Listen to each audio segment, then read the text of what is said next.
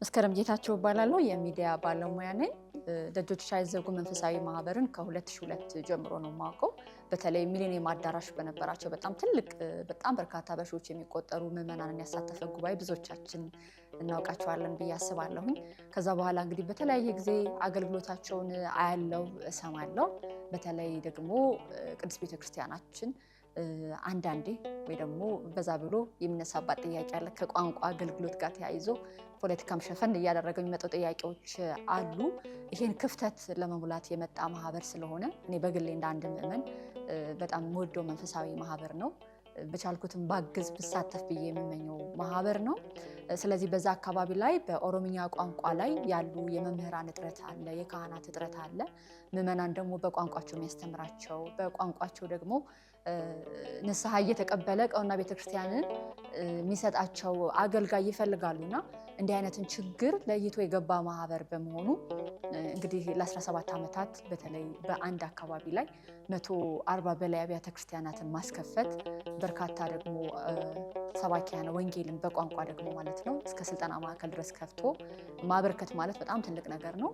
እዚህ መንፈሳዊ ማህበር ላይ በጣም ማንሳት የምፈልገው ነገር ብዙዎቻችን አንድ አካባቢ ብቻ ነው የሚሰራው ሲባል የአንድ አካባቢ ሰዎች አገልግሎት ወይ የአንድ አካባቢ አገልጋዮች አድርገን ልናስብ እንችላለን እና በጣም በሚገርም ሁኔታ ቅድስት ቤተክርስቲያን እንግዲህ ዘርና አካባቢ አትለይምና በጣም በአራቱ ማዕዘን የመጡ የቅድስት ቤተክርስቲያናችን አገልጋዮች ናቸው። ግን ችግሩን አይተው ቤተክርስቲያን አንዲት ናት በማለት እንግዲህ ምዕመናን እያስተባበሩ አንዲት ብር ለአንድ ቤተክርስቲያን በሚል መርህ ለ17 ዓመታት ሲያገለግሉ የነበረው ማለት ነው።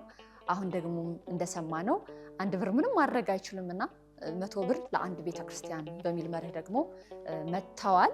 ደጆች ሳይዘጉ እንግዲህ አስቀድም እኔም እንደገባኝም እንደገለጽኩትም በአንድ አካባቢ ብቻ የተወሰነ መንፈሳዊ ማህበር ነበር። አሁን ደግሞ በቅድስት ቤተክርስቲያናችን በተለያዩ አካባቢዎች ተዘዋውሮ ቤተክርስቲያኗን እንዲያገለግል አንድ አካባቢ የነበረውን አገልግሎት አስፍቶ እንዲቀጥል እውቅና ተሰጥቶት መጥቷል።